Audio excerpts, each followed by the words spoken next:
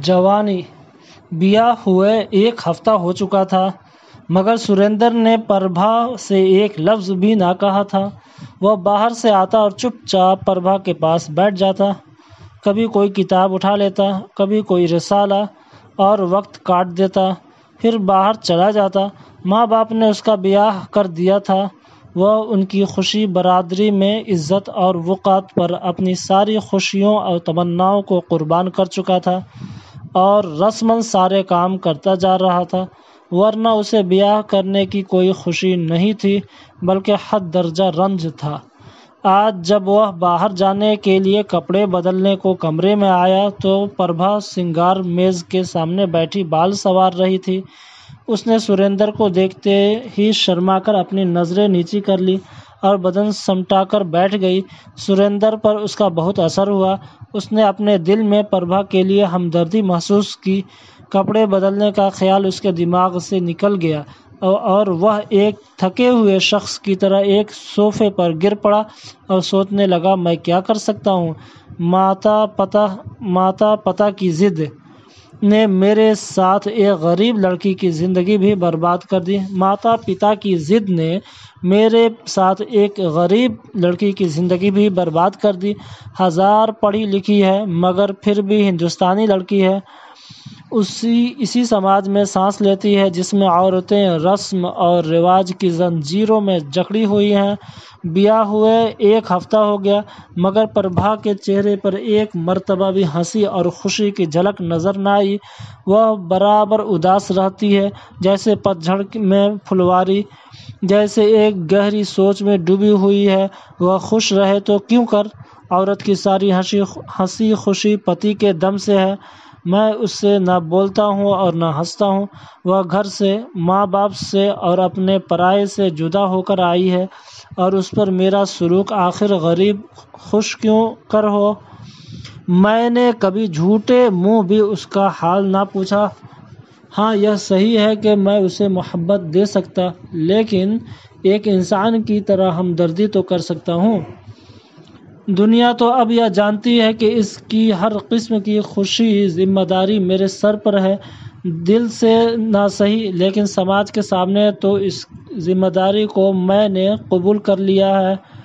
مجھے اس کے آرام کا خیال کرنا چاہیے۔ وہ اپنی جگہ سے اٹھا کے پربھا سے کچھ باتیں کرے، لیکن اس کا دل بھر آیا اور وہ پھر صوفے پر بیٹھ گیا۔ اسے اپنی زندگی کے سارے واقعات ایک ایک کر کے یاد آنے لگے۔ کالج میں داخل ہونا، کالج جاتے ہوئے راستے میں کوشلیہ کا مکان، اس کے بھائی سے دوستی، پھر آنا جانا، باتیں اور بہت سی باتیں، محبت کا اقرار اور شادی کا وعدہ۔ وہ اب شہر واپس جانے والا تھا، مگر کس منہ سے جا کر کوشلیہ سے باتیں کرے گا؟ وہ کیا کہے گی؟ آخر اس سے وعدہ کرنے کی کیا ضرورت تھی؟ کہے گی کہ جب تک یہاں تھے میرے جذبات سے کھیلتے رہے اور جیسے ہی دولت مند گھر ملا بیاہ کر لیا۔ اسے یہ کس منہ سے کہہ سکوں گا کہ ماتا پتا نے زبان دے دی تھی اور ان کی عزت کے خیال سے میں نے اپنی ساری آرزوؤں کا خون کر لیا؟ اگر کہوں بھی تو اس کو کیوں کر یقین آئے گا؟ سریندر دیر تک اسی قسم کی باتیں سوچتا رہا اور پربھا اپنی جگہ سمٹائی بیٹھی رہی۔ وہ چاہتا تھا کہ پربھا کے ساتھ محبت کا نہیں تو کم از کم ہمدردی کا برتاؤ ضرور کرے، ایک لڑکی کی زندگی برباد ہونے بچا لے جس کا سہارا بیاہ کے بعد پتی کے سوا اور کوئی نہیں۔ وہ یہ بھی سوچنے لگا کہ اس سے بناوٹی محبت ظاہر کرتا رہے، اپنے دل پر چاہے جو گزرے، مگر پربھا کو معلوم نہ ہو۔ اگر اسے معلوم ہو گیا کہ مجھے کسی دوسری لڑکی سے محبت ہے تو اس کا دل ٹوٹ جائے گا، لیکن ہے تو ضرور، مگر بلا سے جو کچھ دل پر بیتے گی محسوس کرے گا، خود بخود گھلتا رہوں گا، لیکن پربھا کو اس کی خبر بھی نہ ہوگی۔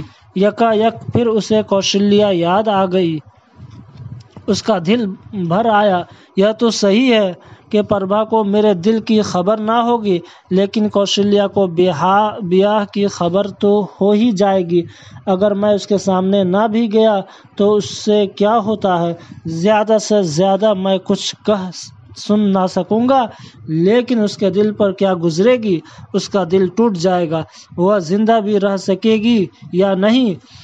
जिस वक्त उसको मेरे ब्याह की खबर हो जाएगी, वह सर पीट लेगी या रोते रोते जान दे देगी। उफ, माता पिता ने दौलत की खातिर 2 जिंदगियों को तबाह कर दिया। उसकी आंखें डबडबा आईं।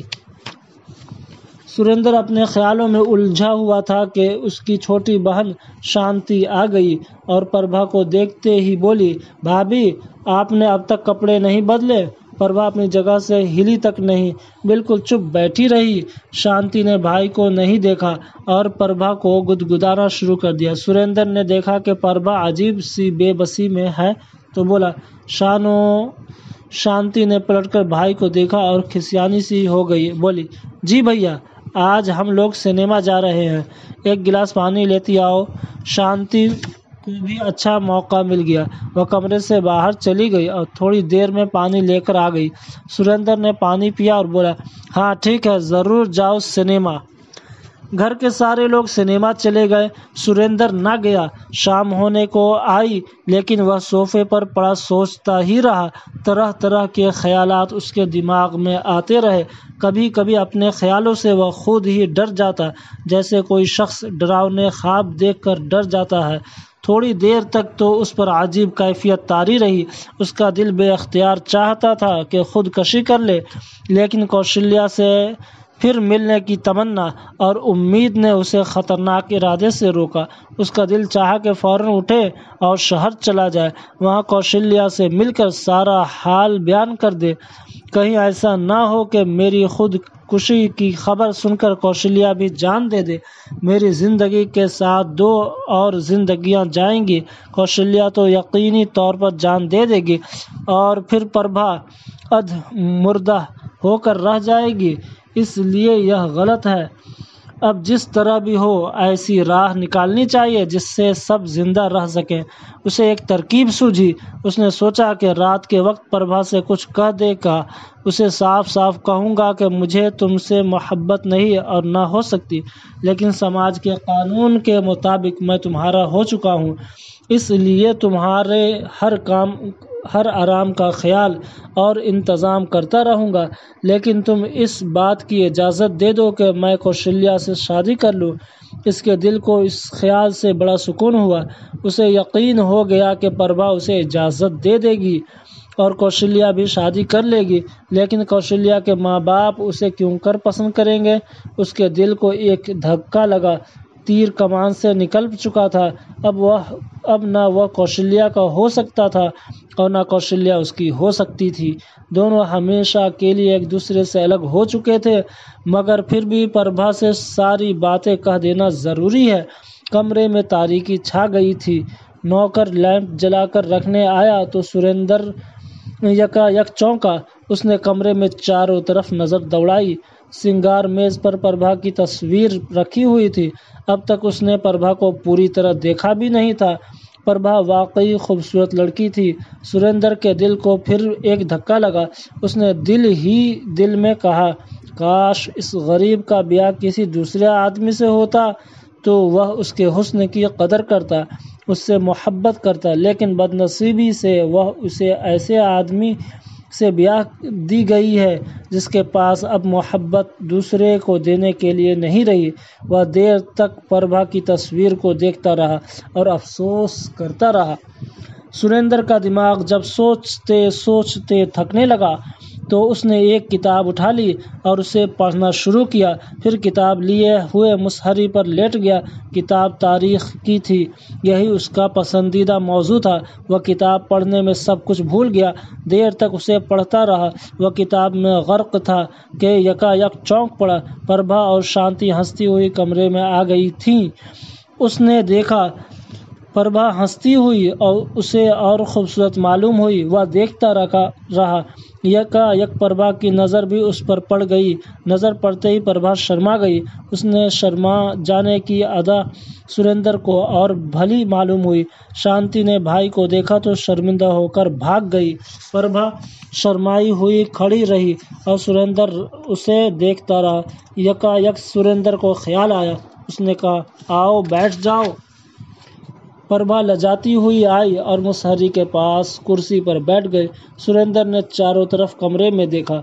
दरवाज़ों पर पर्दे पड़े हुए थे और आस-पास किसी की आहट भी न थी। उसने फिर कहा, आओ यहाँ बैठो। प्रभा का दिल धक धक करने लगा।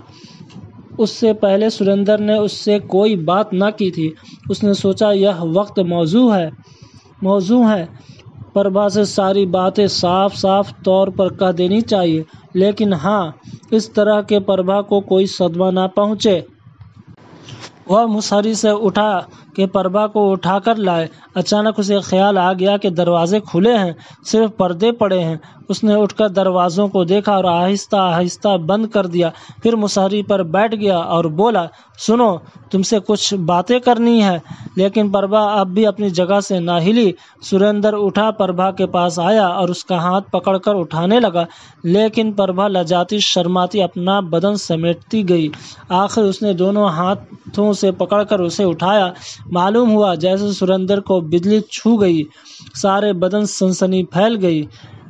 प्रभा समटाई मुसहरी पर बैठ गई। सुरेंद्र उसके पास ही बैठ गया और आहिस्ता से उसके शाने पर हाथ रखा और बोला, सुनो।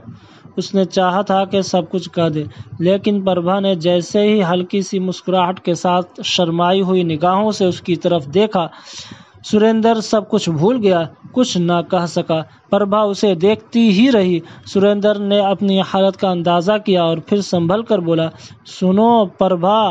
प्रभा ने मुस्कुरा दिया। सुरेंद्र खिसियाना हो गया और प्रभा का मुंह तकने लगा। प्रभा ने शर्माते हुए कहा, कहिए। सुरेंद्र से कुछ न कहा जा सका। अलबत्ता उसका हाथ खुद ही प्रभा के शाने से सरक कर उसके पहलू तक पहुंच गया। सुरेंद्र के सारे बदन में चिंगारियां सी फूटने लगी। वह गौर से प्रभा की शक्ल देखने लगा और प्रभा से करीब होता गया। उसका दिल धक धक करने लगा।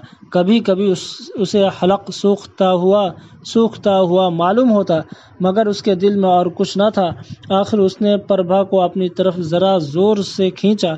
वह सिमटी हुई बिल्कुल उसकी गोद में आती रही। उसने प्रभा का सर अपने जानों पर रखा और जरा कांपती हुई आवाज में बोला, प्रभा।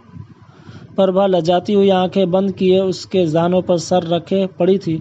उसने कोई जवाब न दिया, लेकिन सुरेंद्र ने आप कहा, मैंने तुम्हें 8 दिन तक मुफ्त में सताया। तुम बहुत खूबसूरत हो। प्रभा ने अपने चेहरा सुरेंद्र की गोद में छुपा लिया।